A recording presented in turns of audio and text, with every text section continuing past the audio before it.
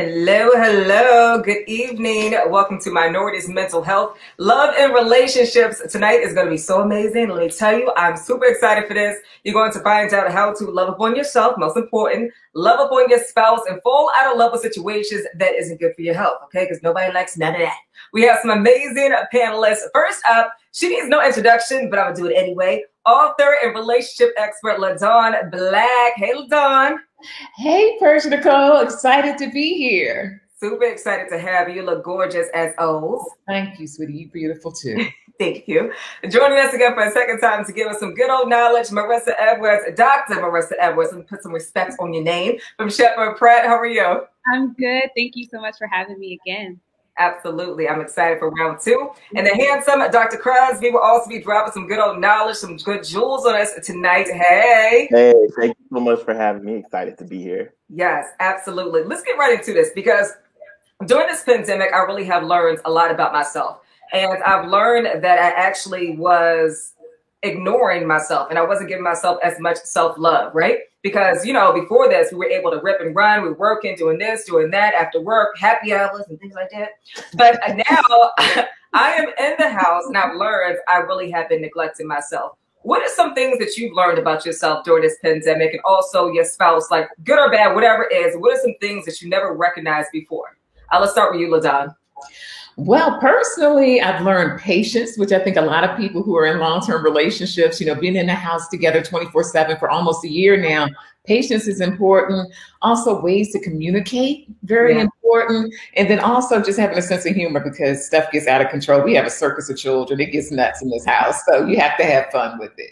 Absolutely. I want to join and somebody I'm really excited about to have with us tonight as well. Howard County Executive and fellow Morgan State Bear, Calvin Ball. Hey, Calvin. Hey, how are you? Go Bears. Go Bears. Yes.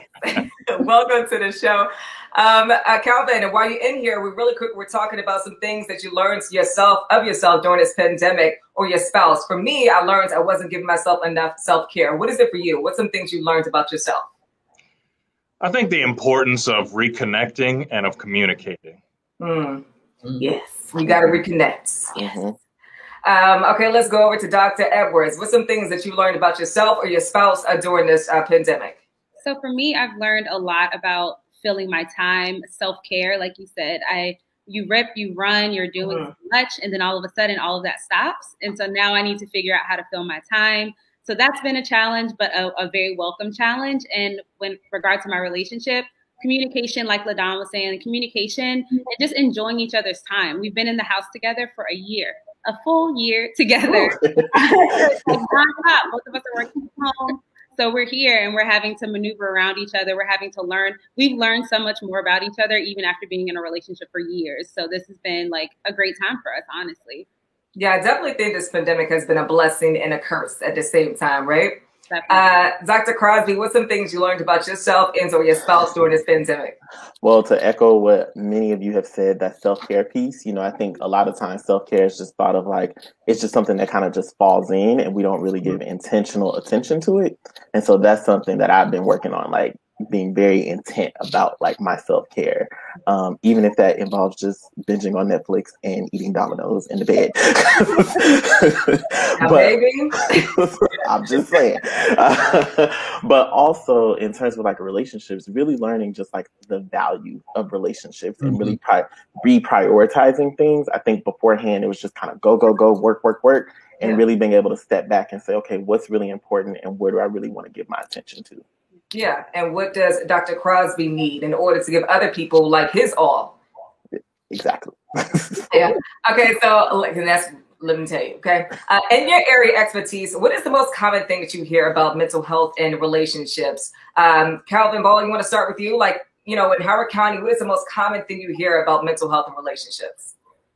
I think right now it's twofold. One, some people who are feeling so physically distanced are feeling isolated and alone and afraid to start a new relationship during the pandemic.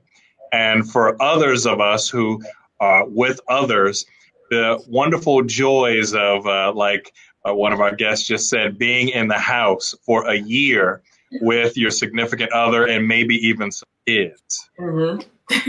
Yeah. LaDon, what about for you? You know what? The thing that I keep hearing when it comes to relationships, if you're in a long-term relationship, it's maybe too much touch because you're in the house 24/7. And then if you're single and you're in the house by yourself, it's the lack of touch. You know, the thing that I've heard from a lot of women, particularly, they didn't realize how much they miss hugging, you know, just that hand holding, that hugging, those little subtle ways of touching and being reaffirmed. When you don't necessarily, you know, have the opportunity to meet new people or you're not out, you really don't have that. So touch is really important. That's what I've been hearing. Absolutely. I agree 100%. And I know, LaDon, you're going to get more inside that touch in a second. Dr. Edwards, what are some things about you that you've learned, or actually not learned, but things that, you know, from your expertise that you've heard about relationships and mental health? Yeah, I'm learning, or have learned from a lot of my clients, that they didn't realize how much time they spent apart until now. So we've been together for 6 years, and now it feels like we've learned more about each other in 6 months than we have in the last 6 years. Yeah. But also, like we said, we've been in the house together. So little things are getting on their nerves. They're spending more time with each other. So now they're needing more time. They're needing more space. They're needing more self-care. And the impact of relationships are becoming more and more prevalent for them. So I think just the closeness of everything has become a different trial for them. Yeah. Dr. Crosby, what about for you? A lot of the things I've heard are pretty much echo what others have said. But this notion, people in particular who are in relationships, like, I didn't realize how much they got on my nerves. And being like, hey, we're not built to be in the house with the same person 24/7. Right. And just the stress, managing stress in terms of like working, and if people have children and trying to juggle all that.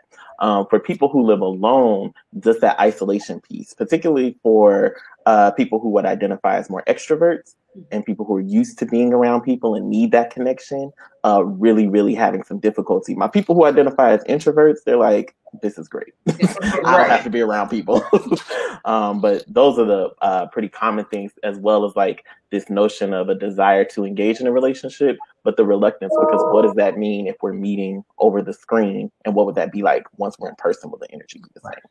Yeah, absolutely. For those of you who just tuned in on 92q.com or Facebook Live, welcome to Minorities and Mental Health, Love and Relationships. Tonight is going to be amazing. Thank you to our sponsors, Shepherd Pratt and Calvin Ball. Howard County Executive was also, of course, joining us tonight. Calvin, I have a question for you. Are you seeing big impacts on your community's mental health during this pandemic? Yes, definitely.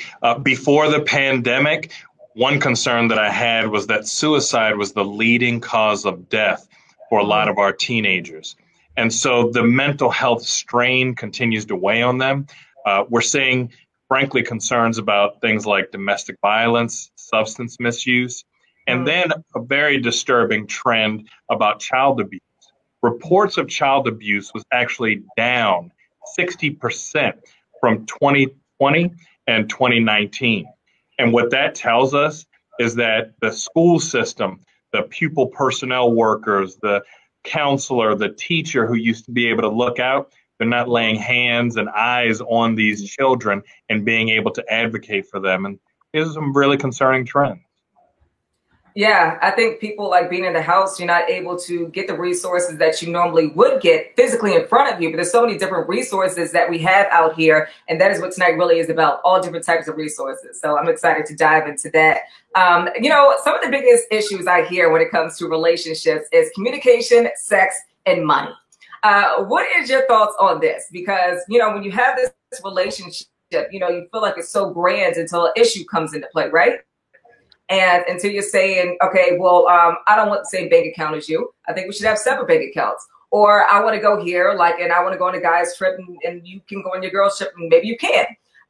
For you, LaDon, what do you feel like is the biggest issues when it comes to communication, maybe, or sex, love, money, whatever it is in relationships? Well, I think you hit all the majors. You know, when people say that they have issues or a relationship is ending, those are the top issues. And it's interesting that you can date someone for years or know someone for years and still not have any concept of what pleases them sexually, how they want to handle their money, and how to even have a conversation with them. And so a lot of people during this time are really discovering some things about their partners that they did not know and making some hard decisions about the things they're finding out. Yeah. What do you think are some key things you should ask them when you start dating somebody? Because like you said, you could date somebody for years and you still feel like you don't know them. What are some things that you're like, you know what, off break, you need to be asking this, this, and this? I think you have to ask, number one, how a person likes to communicate. And sometimes a person really doesn't know. So then you have to sort of be that inspector and see how they communicate. How do they talk to their friends and family? How do they confide in people? Are they open? Are they private? So sometimes you have to get the clues when it comes to communication, because a lot of times people don't even know the most effective way to communicate with them. Now, sexually, you have to sort of know what pleases you. You know, before you even start considering a partner, kind of get to know your own way of working through that stuff.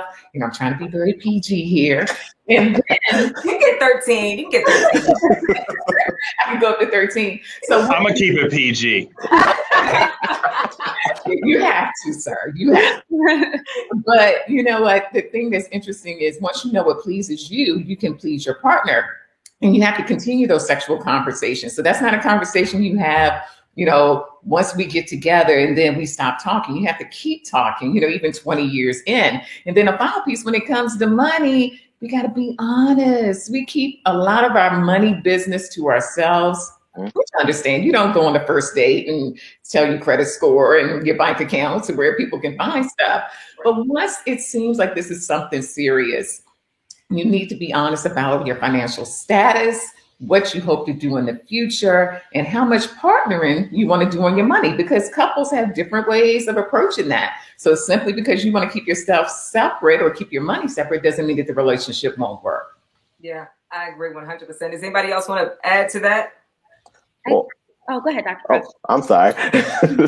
I was just going to add to that these are conversations I think that continue to happen because, you know, over time and over life, things are going to shift and things are going to change. And so that just because it's not a one and done conversation, because we're not static individuals and these aren't static topics, as we develop our communication style, our insight and awareness of who we are, what we prefer, communication wise. Sexually, I mean, I even think sex is a form of communication. Financially, that's going to grow and change. And so we do need to continuously and constantly have those conversations. Yeah, I agree. That's exactly what I was going to say. Essentially, that the basis of all of those things is communication. You can't even talk about what you like sexually if you can't communicate in an effective way. You can't talk about things when money gets hard if you aren't communicating. And so making sure that you understand each other. And like Dr. Crosby said, revisiting that as time goes on, because the same way you communicate when you're 19 isn't the same way you're going to communicate when you're 40. Mm-hmm. Taking that time to relearn how to communicate with each other and the best way to communicate with your partner is like the most important thing. And I think, you know, when it comes to COVID-19, some of the things that we've seen with physical and mental health and financial crises, for a lot of people, it wasn't new. It just revealed things when we started hearing about like comorbidities and people who were living paycheck to paycheck and their money situation wasn't right. All of a sudden, COVID-19 hits and they're more prone to get sick and die and more prone to have problems, you know, keeping a roof over their heads and what have you. And so I think having those honest conversations, whether it's financial literacy or health or wellness, or talking about a history in your family with mental or physical health, that kind of honesty, that kind of communication, I think builds a stronger foundation. Yeah, that was the best PG version answer you could have ever said. I like that. I like it. Have you all taken the love language test? Has everybody taken that? Mm-hmm. Okay, so for you and your opinion for this love language test, so I've heard mixed views. Like, I know my love language. I love gift giving. I love words of affirmation. Like, you kind of have to like stroke me a little bit and make me feel good so that I can give out. I'm just that type. I just need something, right? And, you know, if I look a mess, just tell me, babe, like your eyebrow looks cute today. Just something, just to give me, you know, a good pick me up, right? Mm-hmm. But some people said that the love language test is more of a hurt to the mental than it is actually help to the relationship. They say because maybe you're over now thinking this person needs this. And if you're putting out and you're not receiving in, now it's a whole big mental issue in your relationship. Dr. Crosby, what is your thoughts on this? Do you agree that it's a more of a mental issue when it comes to relationships or more of a health? I think that relationships are based very much on like our early life experiences, and we in my opinion, unintentionally recreate what we saw and what we experienced because it's familiar. So that even if it's something that's unhealthy, we'll engage in it and seek out relationships that feel normal to what our experience is. In terms of like the love language, I'm mixed on it. I think it can offer some insight. But the way I usually describe and explain it to couples is that, thinking about it in a language perspective, you speak Spanish, your partner speaks Chinese. So you're constantly speaking Spanish to your partner. They don't understand anything because they speak Chinese. So you need to learn some Chinese. You need to learn some Spanish and understand again that that's going to evolve and change over time. But I do think with relationships, we have to individually, kind of work through like our stuff and our situations before we can fully show up and be effective in our relationships. Yeah, I agree. LaDon, you want to add to that? Well, I just agree with what Dr. Crosby was saying. I think a lot of times we downplay the role that our past, what our parents mirrored for us, how relationships were handled in our family. And I think that that's a big piece on how we relate to other people. Now, that being said, I do believe in the love languages. I just think it's another tool. It's a way of getting to know yourself better, getting to know your partner better. So just add it to your toolkit, just like the Zodiac. Just have fun with it. Yes. Right. So Dr. Crosby actually mentioned something about an unhealthy relationship. Let's talk about some signs of an unhealthy relationship, whether it's with yourself or if it's with your spouse. Dr. Edwards, you want to talk about that? Sure. I think starting with unhealthy traits about yourself, you can always identify them with the way you talk to yourself and the way that you think about yourself, as well as how you treat yourself. So if you're constantly talking down to yourself, constantly having this negative self-image, constantly talking down and speaking negatively about yourself, a lot of times that's also echoed in how you speak to other people. So if you notice that you're speaking negatively all the time about your spouse or your significant other, more than likely you're having that same inner dialogue with yourself. And so a lot of times that can be reflective of how you're seeing yourself and how you are communicating with your partner. When it comes to relationships outside of yourself, it's really important to identify what you see as problematic, because what I see as problematic in a relationship and what you see as problematic might be very different based on my history versus your history, based on trauma, based on anything that can be influential in your life. And so I think it's good to have people that you can confide in and talk to and kind of bounce those things off of. But also, of course, if we're experiencing domestic violence, any kind of gaslighting, any type of, someone putting you down constantly, if you're feeling like you're not in a healthy and happy relationship, of course, no relationship's going to be happy 24/7. But if the bads are outweighing the goods, it's time to reevaluate. Yeah, absolutely. I agree. And, since you talked about domestic violence, let's kind of bring it back to that a little bit. There's a lot of different people who don't realize they're in domestic violence relationships. And because there's so many different forms of domestic violence, let's talk about the different forms so that we can all identify with that. And we know for sure, okay, this is what I'm going through right now. Who wants to hop on this?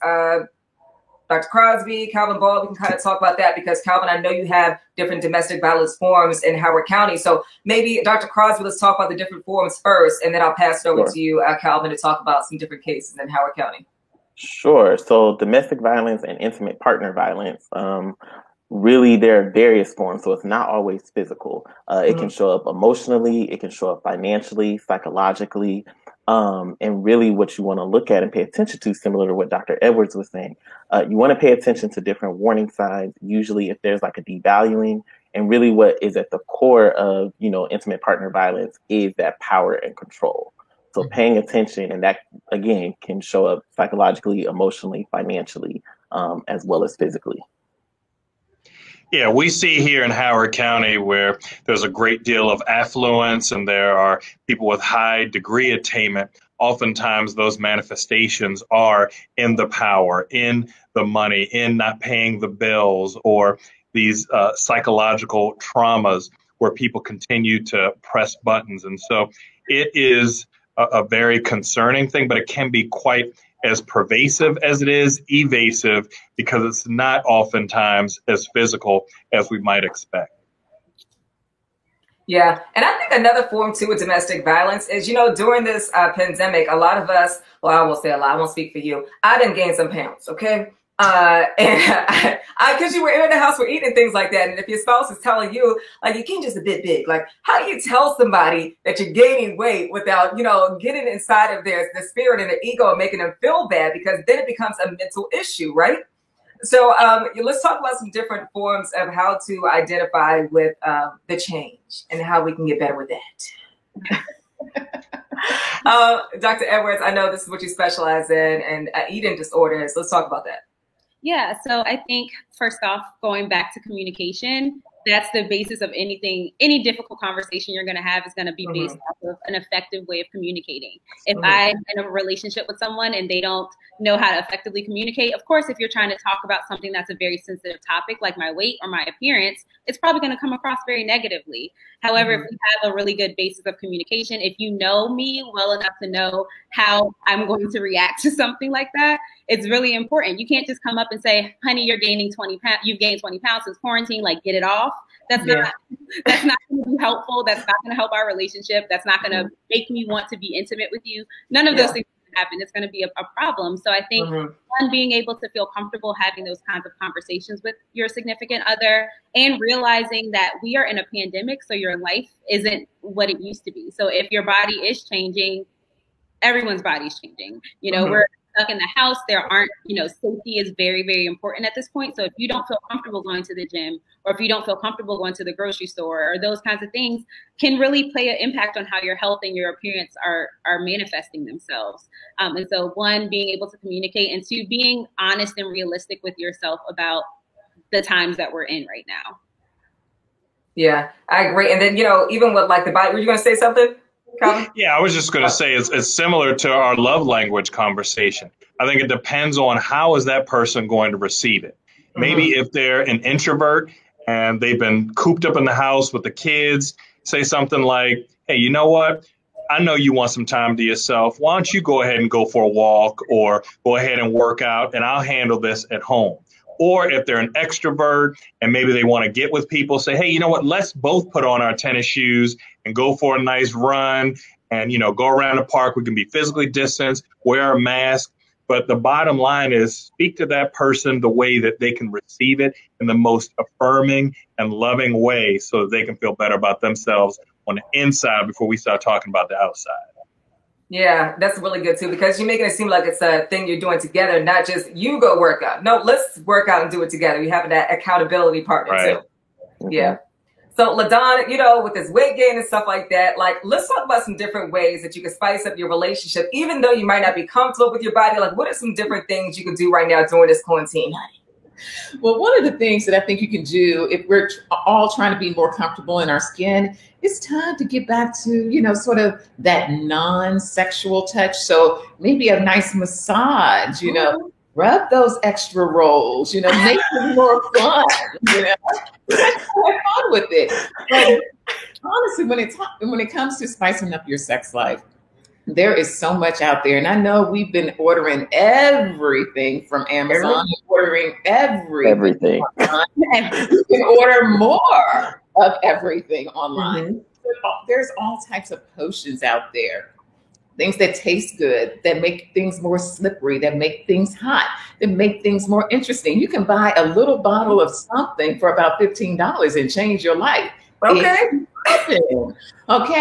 And then they have everything that has a USB plug-in that you can have on the web, so invest in those things. Now, if you don't have any of those extra things, make your house your playground. So I'd say take your Monopoly game, take checkers. The kids got those games they forgot about after Christmas. Do a little playtime, make it. Have fun with your playtime. It's all about doing things that are fresh and different and just having fun with it. Well, Monopoly it is. Okay. So Listen, if you're joining in right now, 92q.com, our Facebook Live, I'll let you know you can ask some questions for our panelists. If they said anything, you want them to repeat it, or if you want to, kind of enhance the conversation, you can ask a question, and I will ask the panelists the question, and we can get it done like that, okay? Okay, so let's move on. Since we're talking about relationships and things like that, let's dive into Valentine's Day, right? Because it's right around the corner. It's coming up. What is it? Sunday? Sunday. Yeah. Okay.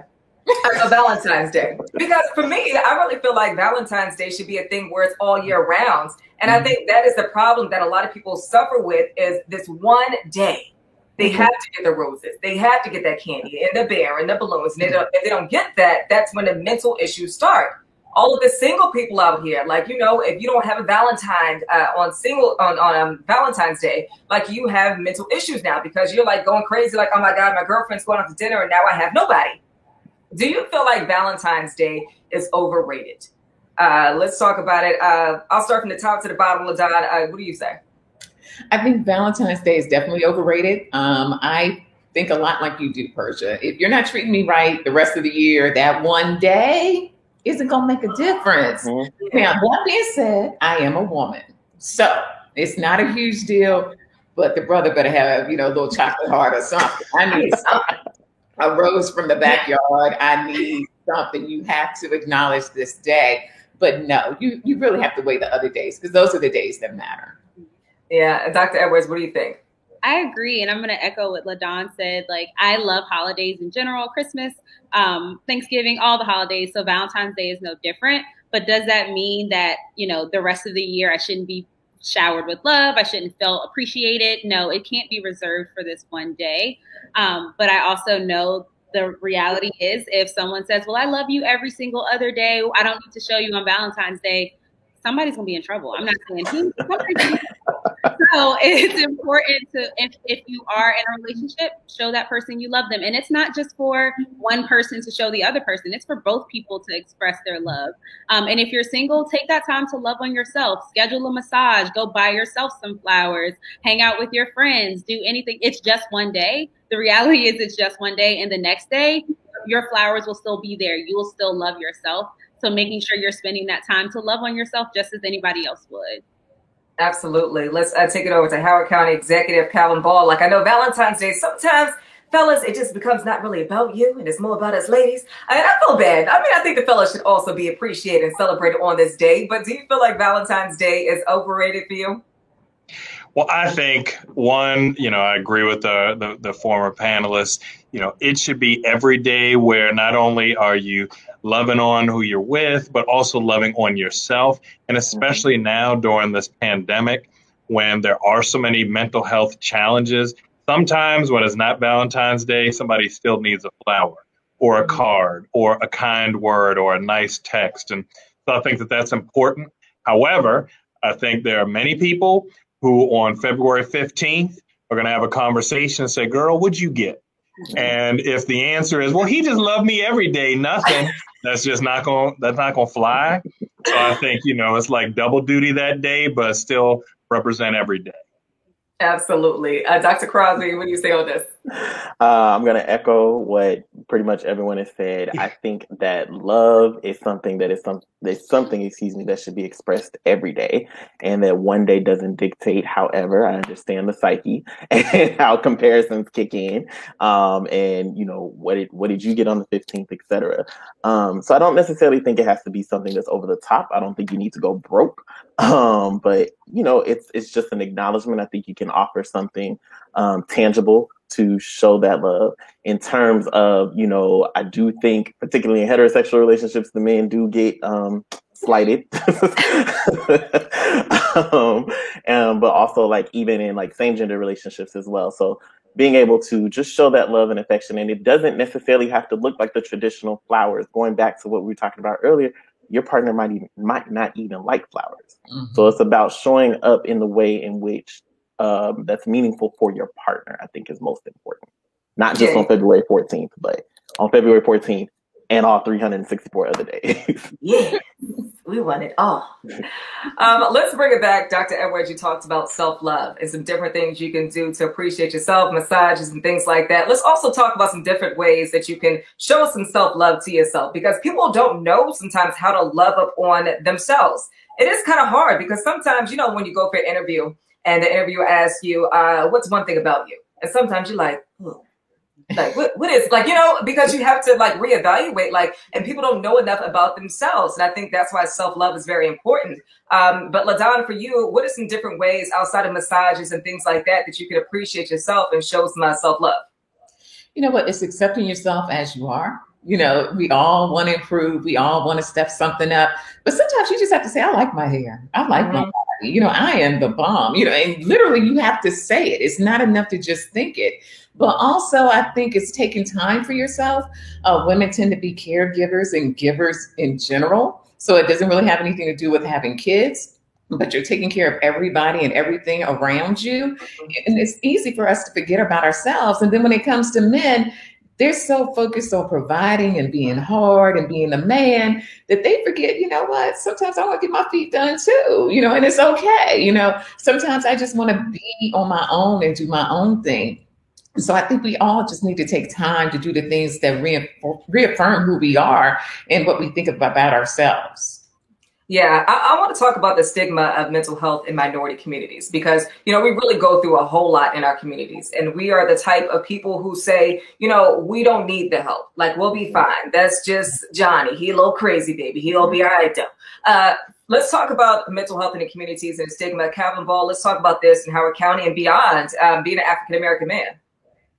One of the reasons why I launched our men's health initiative is because I recognize men, especially Black men, live sicker and die younger. And that's both physical and mental health. And so I try to let people know it's okay. It's okay to ask for help.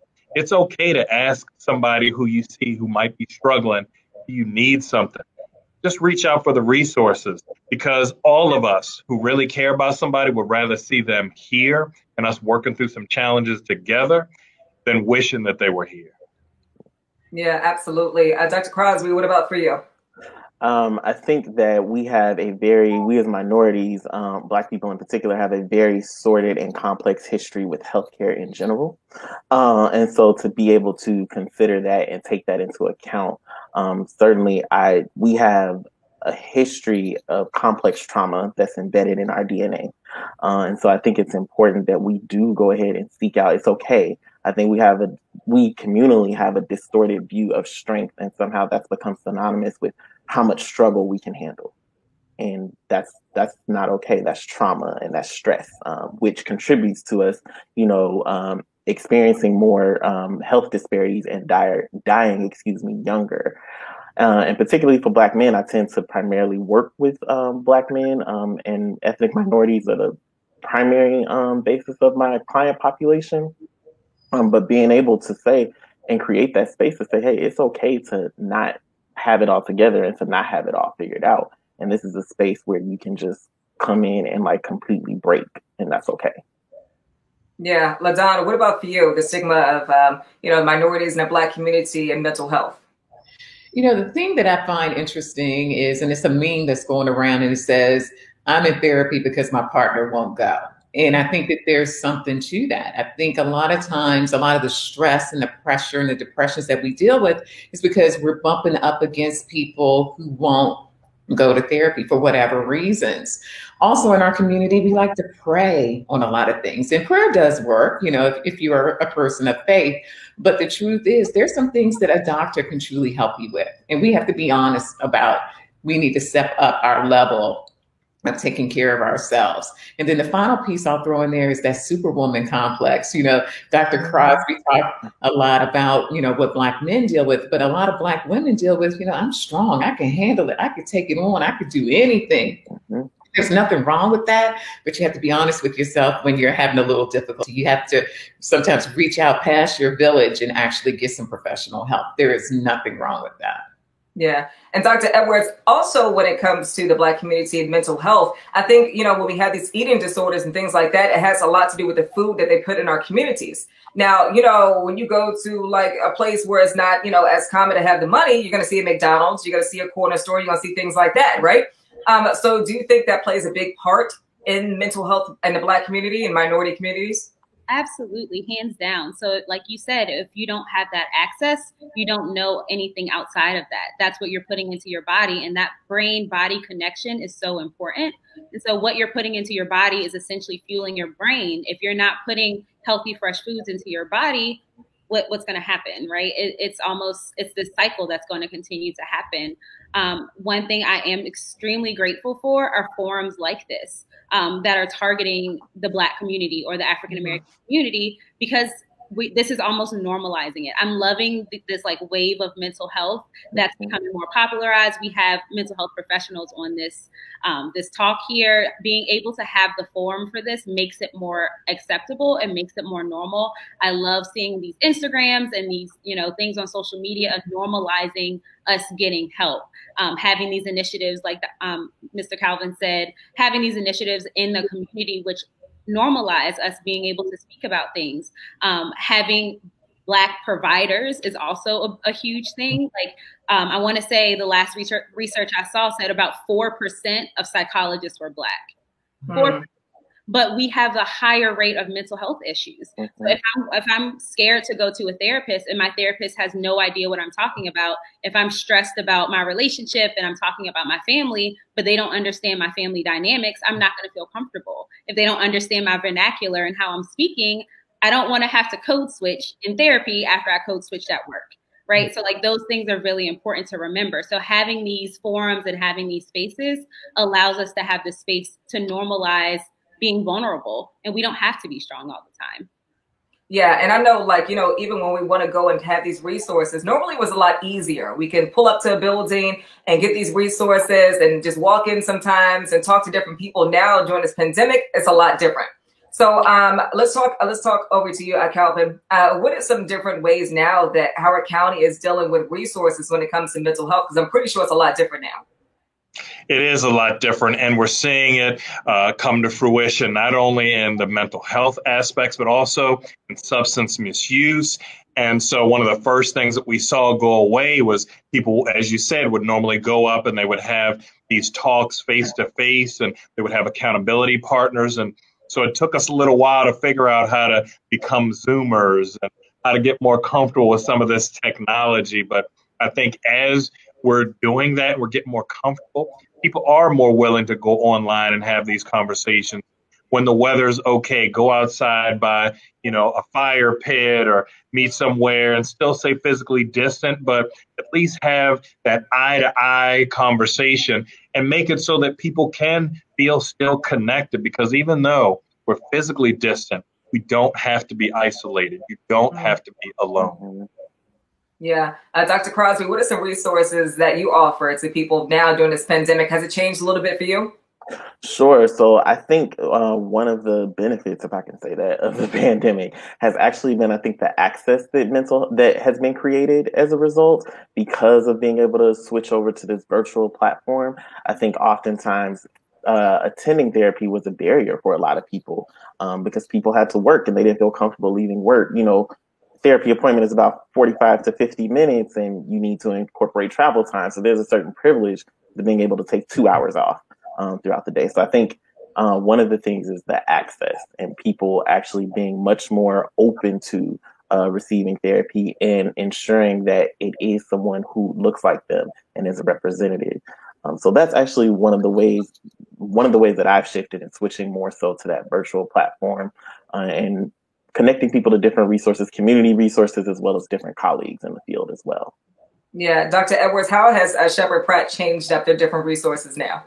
Yeah, so we've actually, a lot of our services have gone telehealth. While we still have a lot of our services in person, we also have shifted to a telehealth mindset and forum, which is allowing us, like Dr. Crosby was saying, the access to more people. If you live an hour away from Towson, you can't normally get to services as quickly. But now that things are virtual, it makes it a lot easier. We have our crisis walk-in center that has now completely shifted to virtual. So now people from across the state can get into services a lot quicker and get the help that they need a lot quicker.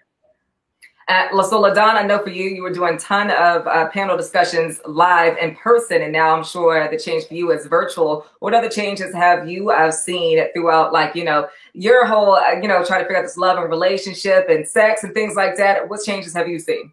You know what, it's been interesting, and it's probably very similar to what the doctors have experienced, is that people are getting more comfortable in these platforms.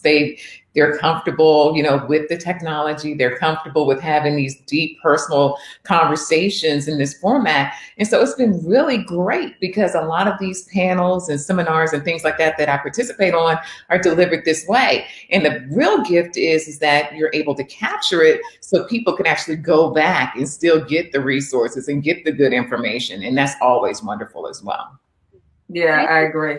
One other thing that I've noticed is that people feel a lot more comfortable being in therapy from their homes. Yes. So while, you know, some of it might be this disconnect of having to walk into an office and see a secretary and then see the fear of other people in the waiting room. Right now, I can just click a button and I can see my therapist. Yeah. So a lot of people are a lot more comfortable having therapy and being open because I can do it from my bed if I wanted to. I can do it from my couch if I wanted to. And so that's a lot more comfortable, and it gives us that access.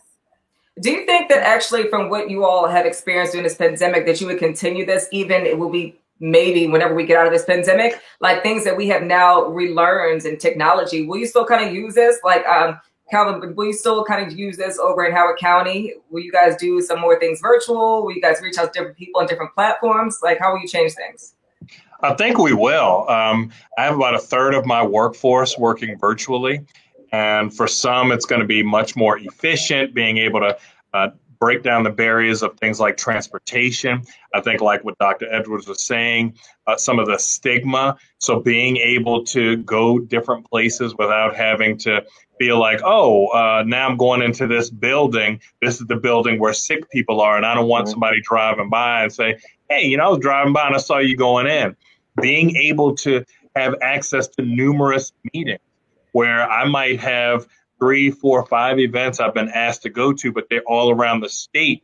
The travel time now is diminished because I can just go from one platform to the other on the computer. So I think that there will be a way of using this technology. However, we are social animals. And as I think LaDon talked about earlier, some people still are going to just need a hug. Mm-hmm. Mm-hmm. Yeah, absolutely. Dr. Crosby, how will some things change for you? Will you continue this virtual path? I definitely think I'll be continuing the virtual primarily because of that access piece. And to Mr. Calvin's point, like not walking in like, oh, this is the building where sick people go. And so I think in some ways it does remove that stigma. I think people do, to Dr. Edwards' point, feel much more comfortable. And you know, the work that we're able to do, I've noticed I've been a bit surprised by. So I'll probably do some shifting where I might split my time where I have like a day in the office and the rest of the time virtual for those people who might need that physical in person. Because we all love some good time at home, honey. Yeah. Dr. Edwards, what about for you? Do you feel like over at Shepherd Pratt, you all would do a little bit more virtual things? I definitely think so, especially like I cannot emphasize the access enough. Like we've all mentioned, there are people who might not have been able to receive services who are now receiving services and are able to feel comfortable with that. And it's just opening up a new door of opportunities. We're able to see people in a new light and see people in their environments for them to feel comfortable in their own space. And so I think this is something that we're going to continue, I'm hoping. And so even though I think it also allows for a lot more services, right? So there's a lot of things that we can do virtually that we might not be able to do in person. A lot of different opportunities that are going to be explored as a result of being able to have things virtually, while still, of course, opening the doors for those who need to be in person, because at some level, there are things that we can't do virtually. If someone needs an inpatient level of care, we can't do that over the computer. But if you're outpatient and you just need to check in with me once a week or something along those lines, it's easy to just do it on virtually. Saves gas money, saves time, keeps everyone safe. So I think that is a really good aspect. Yeah. LaDon, what are some good old virtual classes that we're going to be attending? Well, we can all stand to learn how to do things better. And one of the things that I've been doing lately is people take me shopping with them. So that's been really neat. So virtually, if you're not sure what to pick out for yourself or what to pick out for your partner, I sort of walk through that process while you shop. Also, I'm able to show you things that sort of meet you where your need is.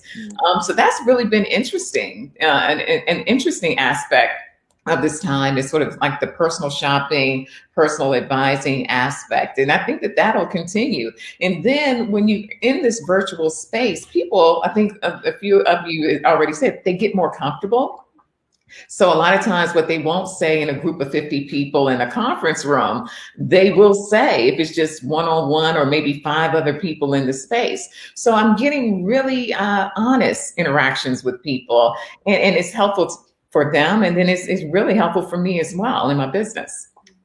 Let's take it over to Howard County Executive Calvin Ball again, because I want to talk about some virtual events that you're actually doing right now that we can be a part of to help us in our relationships with ourselves or outside relationships with our spouse or our family or whatever it may be. So we do so many different community events throughout Howard County. As you said, I'm a second generation Morgan man, but as also a member of Alpha Phi Alpha Fraternity Incorporated. A lot of the Divine Nine are doing different events where we're able to connect and celebrate each other in ways that we might not have been able to do. And there are some, especially in wintertime, when maybe the weather isn't as good, we can celebrate so many other events throughout not just the county, but the state and the nation. There are some things where I was on an event not long ago where somebody said, you know what?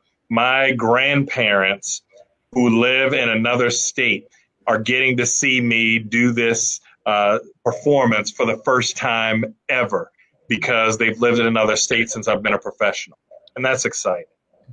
Yeah, I think that's the best part about virtual too, because everybody can see some of this. I know, Dr. Edwards, you were talking about your grandparents trying to watch tonight. We was like, oh no, maybe mommy and depending on how this goes. You might not be the one. So if y'all are watching, I love you, but But you know what? Really, this has been great. It's been a conversation that everybody can be a part of, and I think everybody can relate to this. And bringing it back to family, because I think this pandemic, we have been kind of far from our family. And we've been more close, with our in-person family, people we live with and close family around.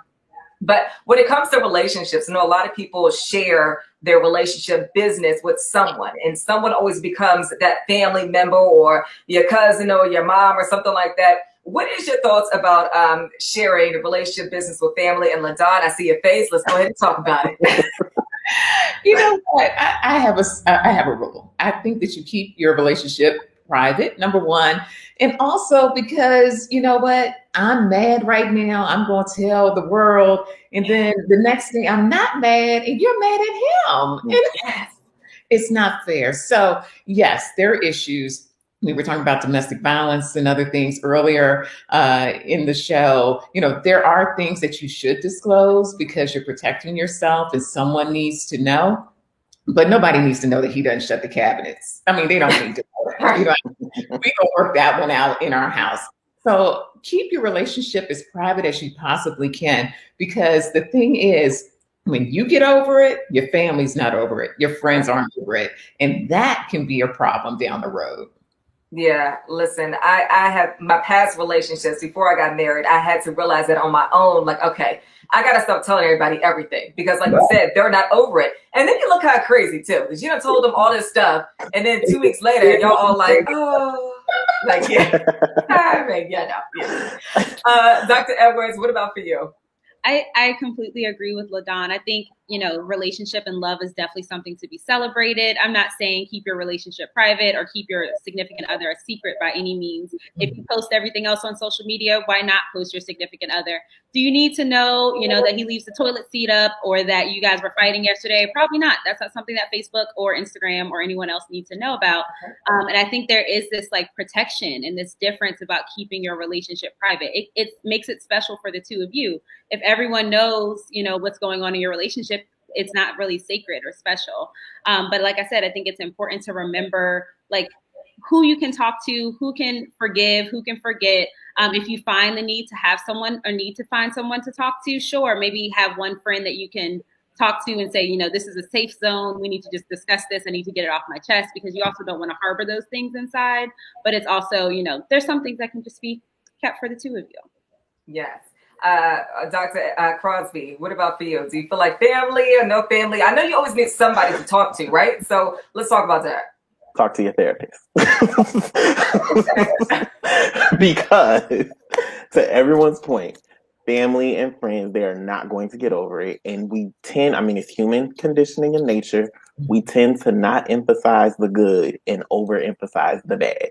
And so more often than not, the only time you're talking to these people is when things are bad. And so now this person, your confidant, has this over, exaggerated negative view of your partner.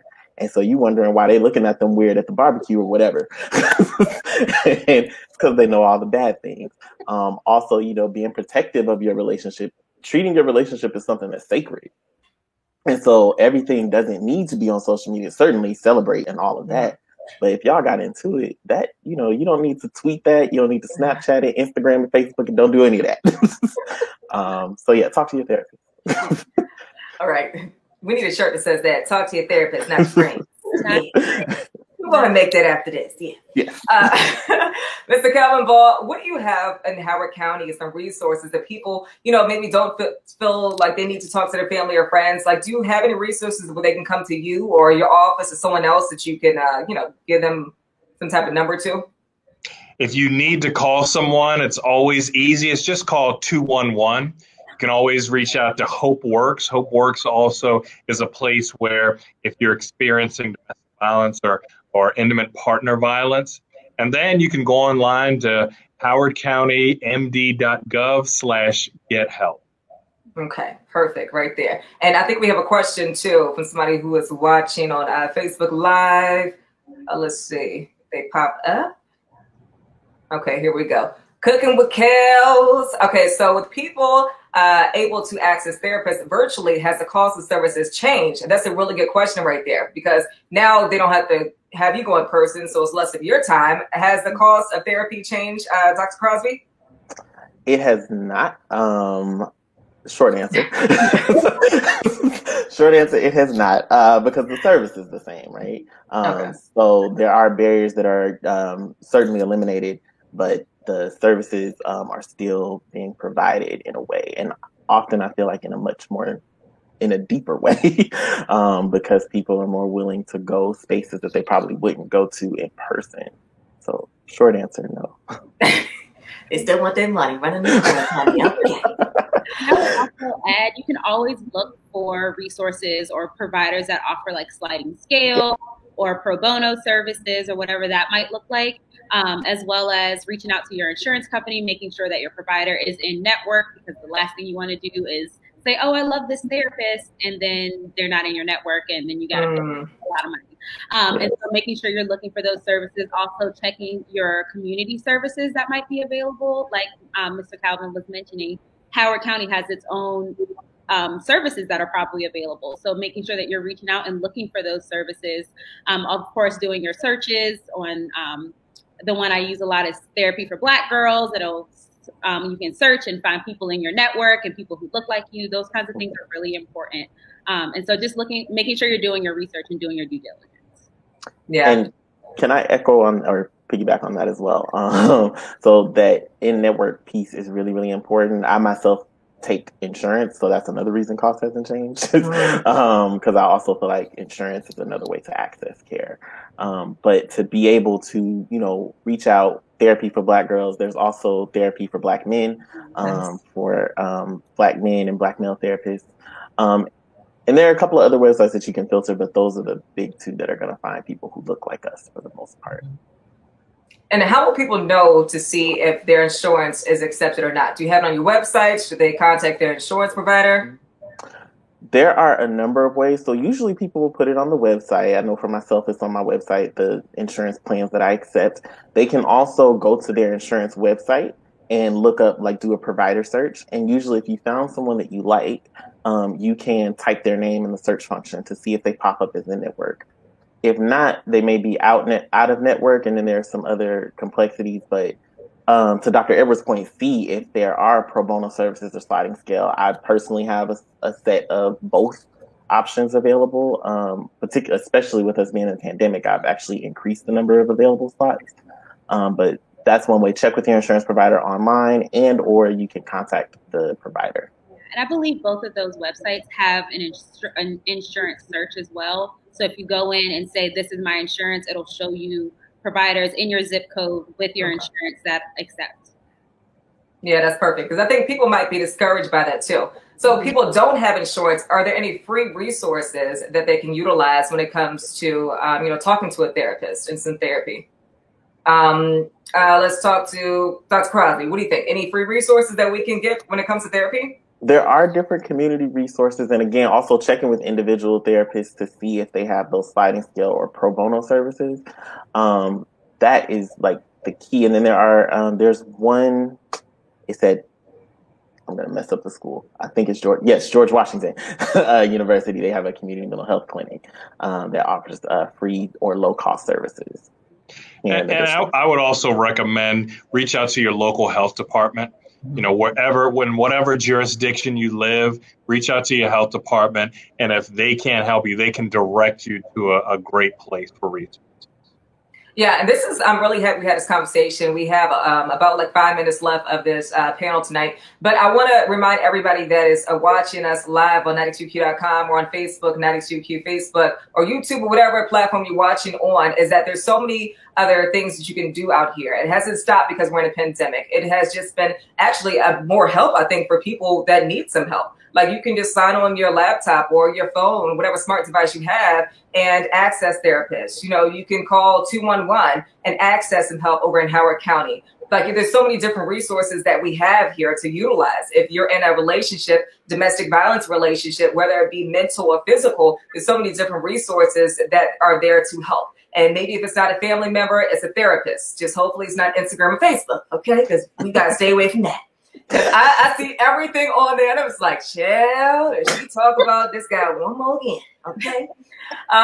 So as we wrap up things, I kind of want to go back to what we talked about in the beginning of the conversation, just to reiterate so people can understand everything about relationships. For those people who do not realize or don't know that they're in an unhealthy relationship with themselves or their partner, what are some signs that they need to look forward to? Dr. Edwards, you want to talk about that first?